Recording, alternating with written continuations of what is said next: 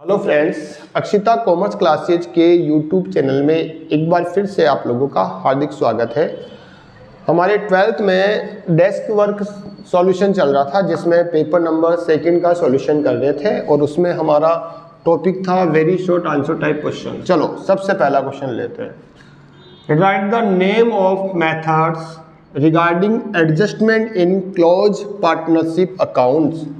देखिए ये क्या कह रहा है, ये कह रहा है कि आपके पार्टनरशिप अकाउंट क्लोज हो चुके हैं, मतलब सारे जितने भी पार्टनरशिप अकाउंट है वो आपने क्लोज कर लिए। आपने पार्टनर्स कैपिटल अकाउंट आपने बना दिया, आपने बैलेंस शीट भी बना दी और सारे अकाउंट आपके क्लोज हो चुके हैं। सारे अकाउंट क्लोज हो जाने के बाद आपको कुछ एरर का पता चलता है, कुछ ओमिशंस का पता चलता है कि भाई फला फला एरर हो गए हैं या कुछ चीज़ें लिखने से रह गई है, छूट गई है। तो फिर उन एडजस्टमेंट को, उन छूटी हुई चीज़ों को, उन एरर्स को हमें वापस क्या करना होता है, रेक्टिफाई करना होता है, जिसे हम एक नाम देते हैं, जिसे हम कहते हैं बच्चों पास्ट एडजस्टमेंट। क्या कहते हैं? Past adjustment. मतलब जो चीज़ें छूट गई है उसको क्या कहते हैं? पास्ट एडजस्टमेंट कहते हैं। ठीक है, तो इस पास्ट एडजस्टमेंट करने की दो मेथड्स होती है बच्चों, दो मेथड। उनके नाम पूछे गए हैं यहाँ पे, उनके नाम पूछे, जिसमें एक तो होता है आपका single adjustment entry, single adjustment entry method, single adjustment entry method, एक नाम तो ये होता है। दूसरा नाम होता है इसके अंदर profit and loss adjustment account method, adjustment account method. ये मेथड होती है बच्चों, दो मेथड होती है। क्वेश्चन नंबर 2 है बच्चों, सुनिए, मैंने क्वेश्चन लिख रखा है बोर्ड पे। क्वेश्चन नंबर 2 कह रहा है कि एक फर्म में 3 पार्टनर है, एक है राहुल, एक है साहिल और एक है जतिन। इनका प्रॉफिट शेयरिंग रेशियो है 4:3:2। इनका प्रॉफिट शेयरिंग रेशियो क्या है बच्चों? 4:3:2। मतलब टोटल कितनी हो रही है? 4:3:2 इक्वल टू 9। अब क्या होता है, 15 अक्टूबर 2017 को राहुल की डेथ हो जाती है। 15 अक्टूबर 2017 को राहुल की क्या हो जाती है? डेथ। राहुल की डेथ होने के बाद कौन रहेगा? साहिल और जतिन रहेगा। At the time of Capitals of Sahil and Jatin, जिस तारीख को, जिस डेट को राहुल की डेथ होती है, उस समय साहिल और जतिन की एडजस्टेड कैपिटल, एडजस्टेड जो कैपिटल होती है वो होती है 3,56,000 एंड 2,44,000। इन दोनों की कैपिटल कितनी होती है? 3,56,000 और 2,44,000 रुपये। ठीक, अच्छा, अब ये दोनों क्या डिसाइड करते हैं? ये डिसाइड करते हैं adjust capital in new ratio by the opening current account. ये कहते हैं भैया अब हम दो जो बंदे बचे हुए हैं वो अपनी कैपिटल को न्यू प्रॉफिट शेयरिंग में एडजस्ट करेंगे। मतलब ये अपनी capital new profit sharing ratio में एडजस्ट करेंगे। किस में एडजस्ट करेंगे? ये अपनी कैपिटल को नए प्रॉफिट शेयरिंग रेशियो में रखना चाहते हैं। तो भाई ये क्वेश्चंस कैसे सोल्व होगा, किस तरह से साहिल की और जतिन की कैपिटल उनके न्यू प्रॉफिट शेयरिंग रेशियो में होगी? तो देखिए इनका सॉल्यूशन देखिए। सबसे पहले हम निकालेंगे टोटल कैपिटल ऑफ फर्म की टोटल कैपिटल। भाई फर्म में कितने बंदे हैं? फर्म में 2 बंदे हैं। एक कौन है? एक तो सर साहिल है, दूसरा जतिन है। तो इन दोनों की कैपिटल को पहले प्लस कर दो भैया, 3,56,000 और 2,44,000। ये दोनों की कैपिटल को जब प्लस करेंगे तो ये टोटल कैपिटल बन जाएगी 6 लाख। ये फर्म की कैपिटल आ गई।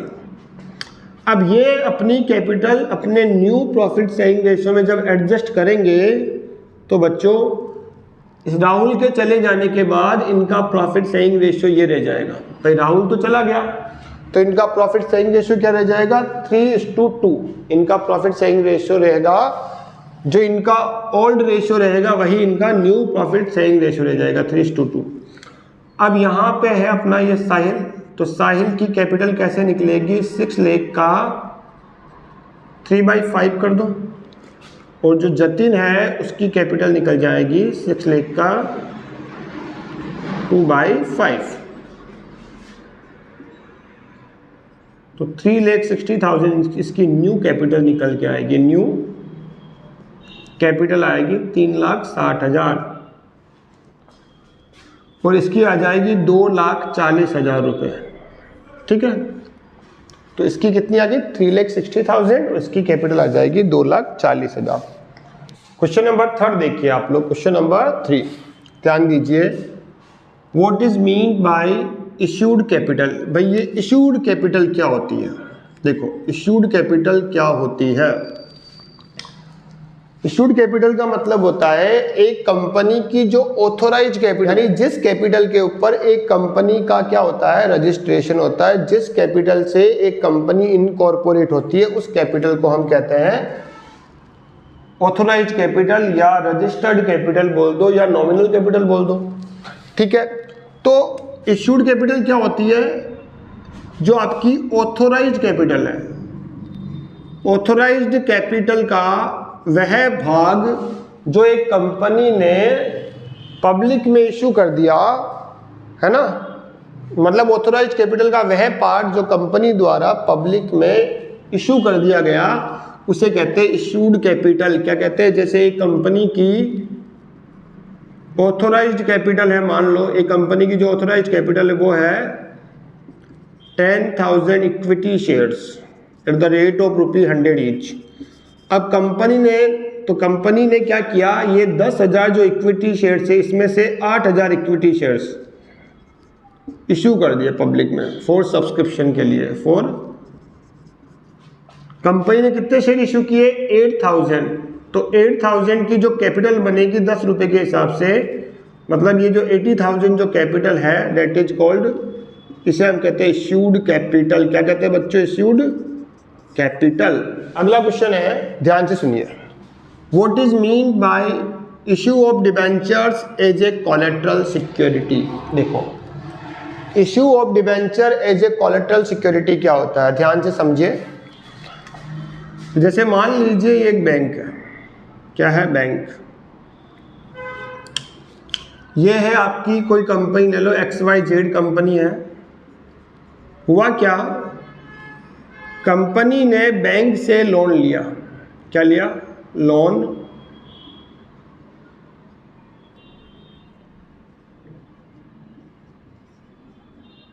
कंपनी ने बैंक से लोन लिया, मान लीजिए 5 लाख का लोन लिया।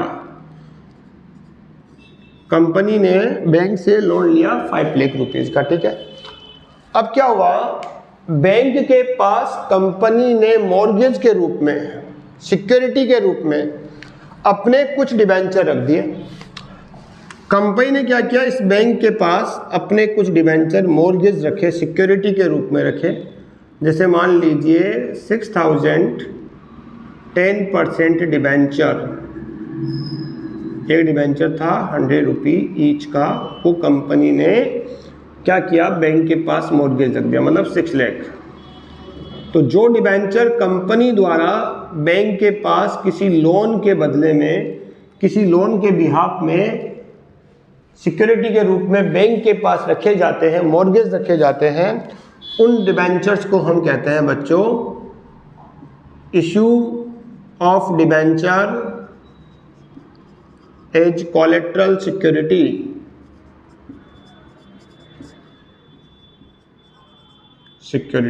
ठीक है बच्चों।